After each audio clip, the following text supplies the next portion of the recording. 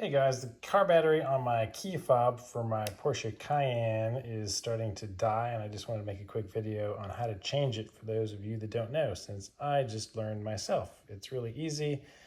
There is a spare key back here. You can see this is a little spring-loaded switch that you can push over to the right. It springs itself back to the left, but if you press it to the right and lift up, this key comes out, and the part that the key goes into, this little circle, is where your battery is.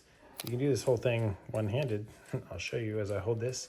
So if you take the key out, you can just open this little compartment up with your thumb, and you have a little battery in here, and it is a CR2032. Hardest part of the whole process is getting the battery out of the packaging. Put that back in, press that in there, snap your cover back on, snap your key back in, and you are back on the road.